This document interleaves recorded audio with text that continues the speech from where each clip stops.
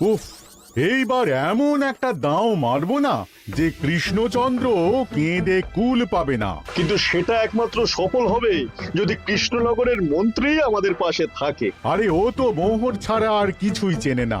ওকে খবর দিয়েছি এক্ষুনি এলো বলে।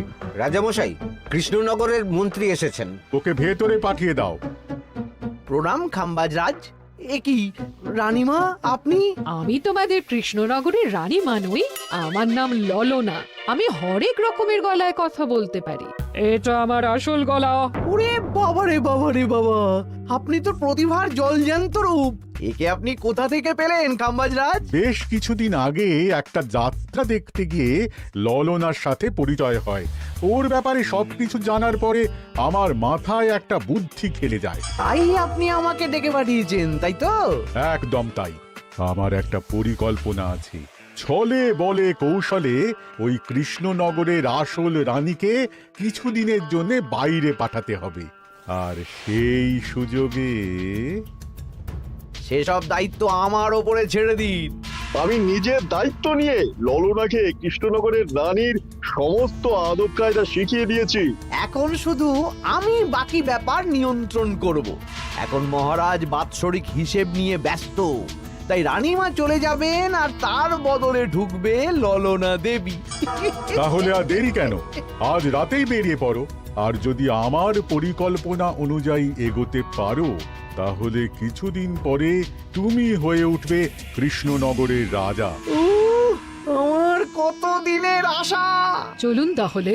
হ্যাঁ চলুন, রাজবাড়ির বাকি ব্যাপার যেতে যেতে বুঝিয়ে দেব। রানীমা কিভাবে কথা বলেন, কাকে কি বলে ডাকেন, রাজবাড়ির কোথায় কি আছে সব।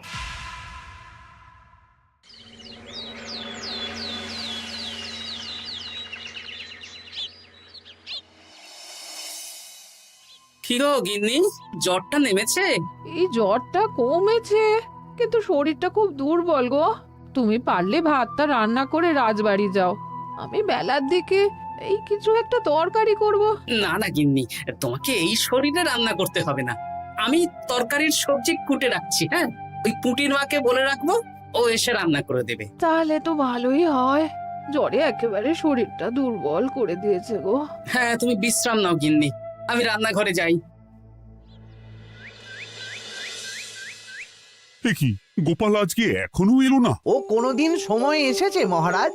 ওকে তাড়িয়ে আপনি একটা কাককে রাজসভায় রাখলেও সে সময়ে আসবে। না, আসলে গোপালের গিন্নির খুব জ্বর, আমি দেখে এসেছি।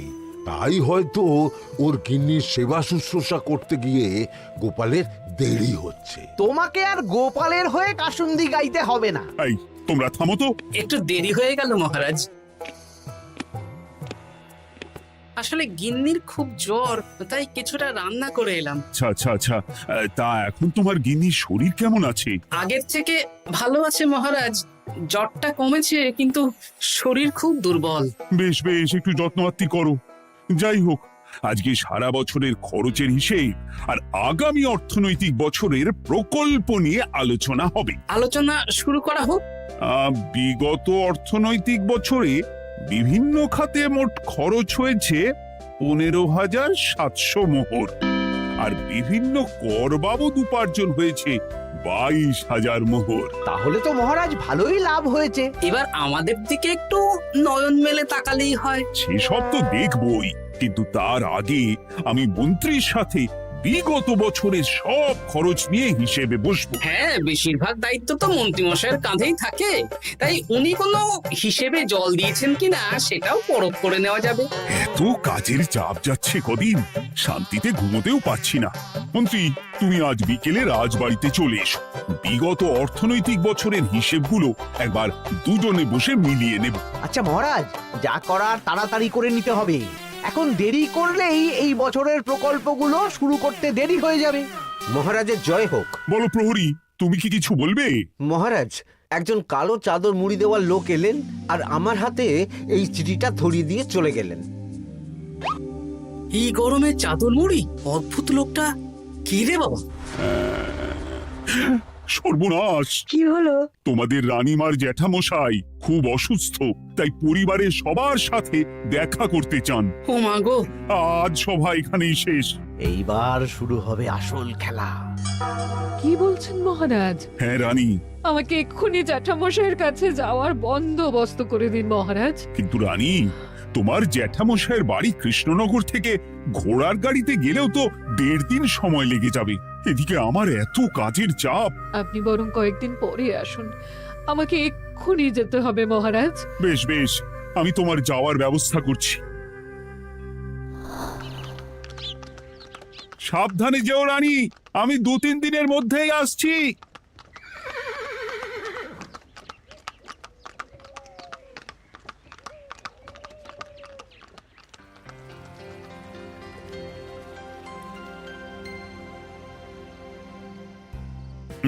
মন্ত্রী, বিগত অর্থনৈতিক বছরে আমাদের পাঠশালার উন্নতির জন্য কত খরচ করা হয়েছিল একটু দেখো তো।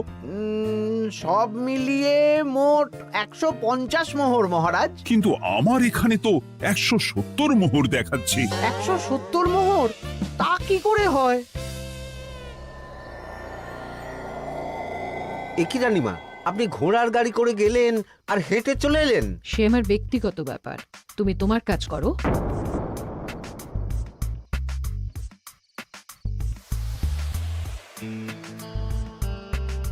এ কি রানী, তুমি চলে এলে? আমার শরীরটা খুব একটা ভালো লাগছে না মহারাজ, পেটটা কামড়াচ্ছে, তাই সহিসকে বললাম ঘোড়ার গাড়ি নিয়ে জ্যাঠামশাইকে দেখে আসতে, আর আমি বাড়ি চলে এলাম। ও, সহিস এসে খবর দেবে, তারপর আমি আর আপনি দুজনে একসাথে যাব। বেশ বেশ, ঠিক আছে রানী, তুমি বিশ্রাম নাও। বিশ্রাম না, আমি একটু স্নান ঘরে যাব, পেটটা কেমন মোচড় দিচ্ছে। মহারাজ কিছুই বুঝতে পারেনি, মজা জমবে।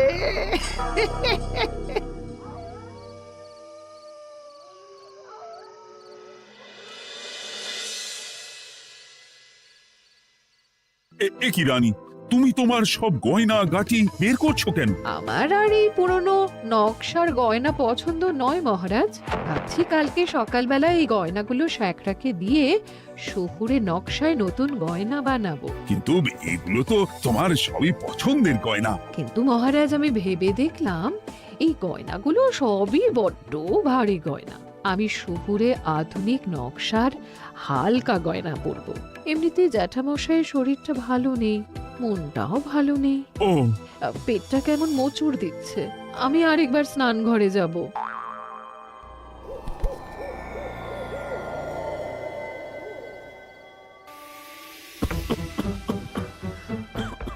ওই তো মন্ত্রী মশাই এসেছে।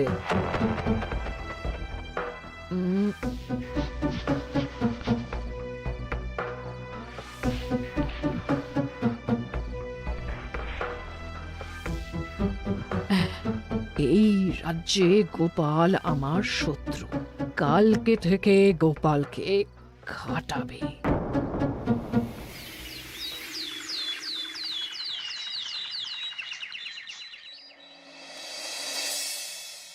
হায় হায় হায়, কি হলো রানী, কি হলো? গতকাল রাতে আমার সমস্ত গয়না চুরি হয়ে গেছে। বলো কি প্রহরী? বলুন মহারাজ। গতকাল রাতে রানীর সব গয়না চুরি হয়ে গেছে। তুমি আরেকজনকে নিয়ে এক্ষুনি খোঁজ করা শুরু করো। যথাজ্ঞা মহারাজ।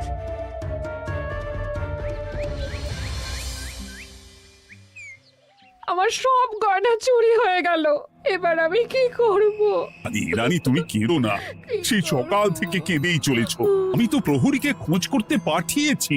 এই সব প্রহরী কর্মচারী কাউকে বিশ্বাস হয় না আমার, আজ থেকে সবাইকে ছুটি দিয়ে দেব। কি বলছো তুমি? সবাইকে ছুটি দিয়ে দিলে রাজবাড়ির কাজ কে করবে? কেন?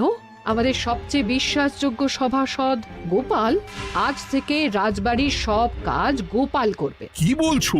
আপনি কি বলতে চাইছেন? গোপাল বিশ্বাসযোগ্য না? হ্যাঁ, গোপাল আমার সবচেয়ে প্রিয়, ওর চেয়ে বিশ্বাসযোগ্য আর কেউ নেই। কিন্তু কোনো কিন্তু না, বলবেন আপনার আদেশ। এক্ষুনি গোপালকে ডেকে পাঠান। যেমন তোমার ইচ্ছে।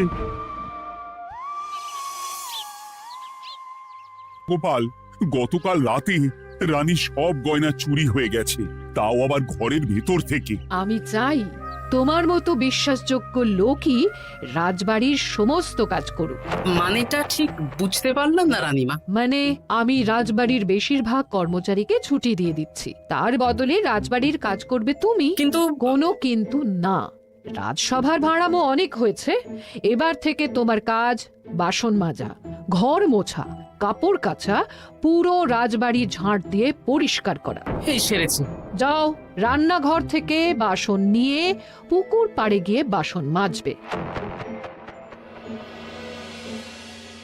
এ কি গোপাল, রাজসভা থেকে সোজা পুকুর পাড়ে? এ কি হয়েছে নাকি? হ্যাঁ, খুব হাসি পাচ্ছে না? হাসি তো পাবেই। নতুন রানীমা আসার পরে তোমার এই হাল করে ছেড়ে দিল। নতুন রানীমা?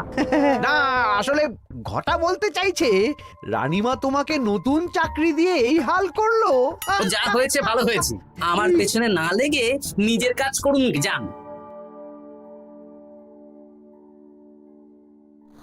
কোথায় কি বলতে হয় জানিস না নাকি? অভ্যেস নেই তো, তাই মুখ ফসকে বেরিয়ে গেছে।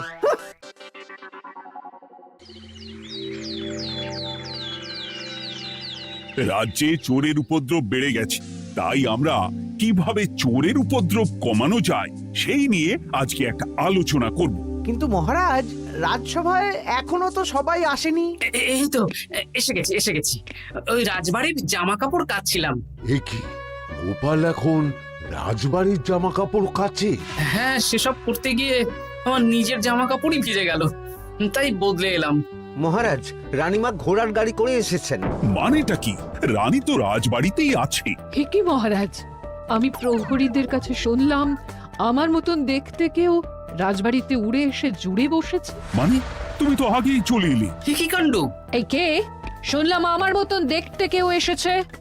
ও আচ্ছা, আপনি। তা কি চাই আপনার? বোঝো কাণ্ড, একরকম দেখতে একরকম গলা। এ বলে আমি আসল, ও বলে আমি। হয় হয় হয়, আসল নকল বোঝাই দায়। একটা নয়, দুটো রানী। আমার জ্যাঠামশাই একদম সুস্থ। এই মহিলা নিশ্চয়ই ভুয়ো চিঠি দিয়ে নিজের রাজবাড়িতে ঢোকার সুযোগ খুঁজছিল। একদম বাজে কথা বলবেন না। আপনি কে সত্যি করে বলুন। সমস্যা সমস্যা, ঘোর সমস্যা। আমার কোনো পাণ্ডিত্য দিয়ে বুঝতে পারছি না কে আসল আর কে নকল। আমি আসল, বিশ্বাস করুন। আমি তো এই মাত্র এলাম। না, আপনি নকল, আমি আসল। কিভাবে বুঝবো? আমি বলবো মহারাজ, এই যে এই রানী আসল। হ্যাঁ, কিন্তু মন্ত্রীমশাই, আপনি কি করে বুঝলেন? না মানে এই রানীমা তোমার উপরে এত ভরসা করে রাজবাড়ির কাজ করাচ্ছেন, কাউকে বিশ্বাস করেননি, একমাত্র তোমাকে বিশ্বাস করেছেন। এত ভালোবাসা, এত বিশ্বাস কার থাকতে পারে বলো?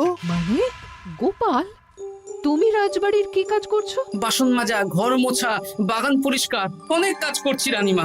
আপনার সব গয়না চুরি হয়ে গেল, তাই কাউকে বিশ্বাস করা যাবে না বলে ওই রানীমা আমাকে কাজে রাখলেন। এই ওই বন্ধ করে একটা উপায় বের করো। বেশ বেশ, আমি ধরে নিচ্ছি দুজনেই আসল।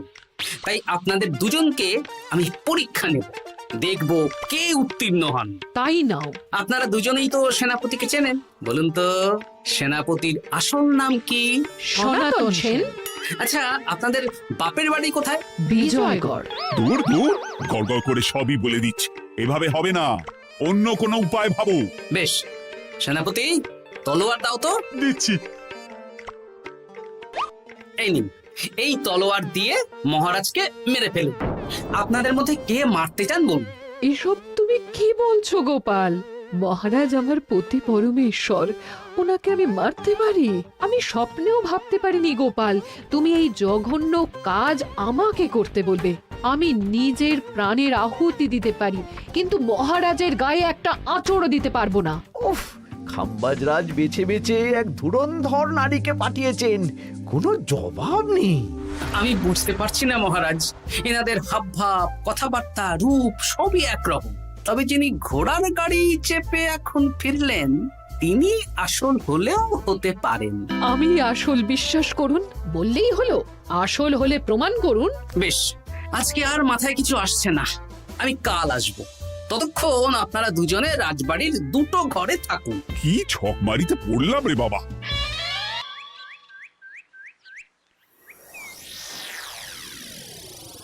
ললনা একদম তৈরি হয়ে এসেছে। দারুণ মজা হচ্ছে বলুন। এবার শুধু একবার আসল রানীকে সরিয়ে ললনা যদি রানী হয়ে যায়, তাহলে রানীর গয়নার মতন সব আমার হাতে চলে আসবে। তারপর কি হবে? তারপর ধীরে ধীরে মহারাজকেও কায়দা করে সরিয়ে দেব, আর খাম্বাজ রাজ আর আমি এই দুজনে মিলে এই রাজ্য চালাবো। কি বুদ্ধি আপনার মাথায়।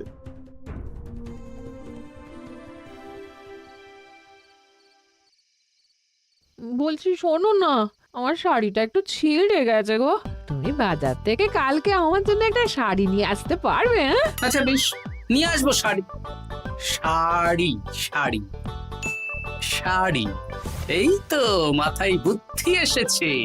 কাল নয়, আজকেই। গোপাল, তুমি কিছু ভাবতে পারলে? মহারাজ, আপনার দুই রানীকে ডাকুন। আমার তো একটাই রানী। ওই হলো মহারাজ, আসল নকল দুজনকেই ডাকুন। কই গো, একটু বাইরে এসো। বলুন মহারাজ, আপনি যাচ্ছেন? আচ্ছা, আমি দুটো শাড়ি নিয়ে এসেছি, লাল শাড়ি আর নীল শাড়ি। এই দুটোই মন্ত্রপুত শাড়ি, এক সিদ্ধ পুরুষ দিয়েছেন। কে তিনি? না, সেসব এখন বলা যাবে না, তবে এই শাড়ি দুটো একটা একটা করে ওনাদের দিয়ে দিন। এবার আমি এই শাড়ির বিশেষত্ব বলি। হ্যাঁ বলো গোপাল, বলো। আপনারা দুজনেই আজ রাতে এই শাড়িটা পরবেন, সারা রাত পরে থাকবেন। এই শাড়িগুলো 12 হাত মাপের শাড়ি। আগামীকাল সূর্যোদয় হওয়ার পরে যার শাড়ি 4 হাত কমবে সেই হবে আসল রানী। আচ্ছা বেশ, তাহলে তোমরা দুজনেই এই শাড়ি পরে থাক। কাল সকাল সকাল রাজসভা বসবে, তখন তোমাদের শাড়ি গোপালের কাছে জমা দিও। আচ্ছা। আমি যে নকল সেটা বুঝতে দেওয়া যাবে না। কি করে এই শাড়িটা 4 হাত কেটে ফেলে ওই দুফল কাটার ছড়ি কেটে ফেলো। কালকে আবার মজা হবে।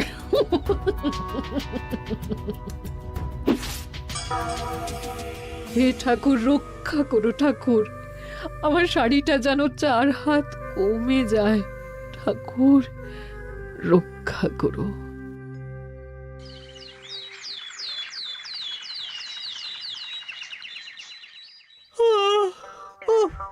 এত সকাল সকাল রাজসভা, দূর, ভালো করে ঘুমটাও হলো না। আমি তো ঘুমোইনি, চিন্তায় ঘুমই আসেনি। কই গো, তোমরা এসো।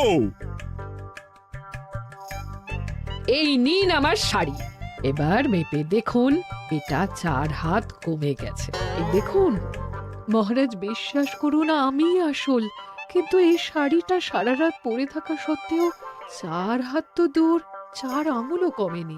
লাল শাড়িটাই ছোট মনে হচ্ছে। তাহলে তুমি আসল? উফ, বাবা, বাঁচা গেল। আয়, কে আছো? এই নকল রানীকে কারাগারে বন্দি করো। দাঁড়ান মহারাজ, বন্দি করতে হলে যার শাড়ি 4 হাত কমে গেছে তাকে বন্দি করুন। কেন? আমার শাড়ি তো 4 হাত কমে গেছে। শর্ত অনুযায়ী যে আসল তার শাড়ি তো 4 হাত কমবে না, আপনি ধরা পড়ে গেছেন নতুন রানীমা। এগুলো কোনো মন্ত্রপুত শাড়িই নয়, এগুলো আমার পরিকল্পনার প্যাচ। আপনি নিশ্চয়ই নিজেকে আসল প্রমাণ করার জন্য শাড়িটা কেটেছেন। না মানে, না না না, তাহলে কমলো কি করে? না মানে হয়ে গেল।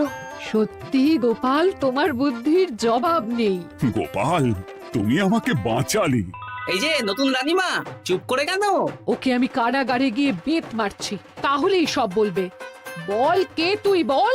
আসলে মানে আমার নাম ললনা। আমি যাত্রাপালা করি, অনেক রকম গলায় কথা বলতে পারি। কদিন আগে খাম্বাজ রাজ আর এই মন্ত্রী মশাই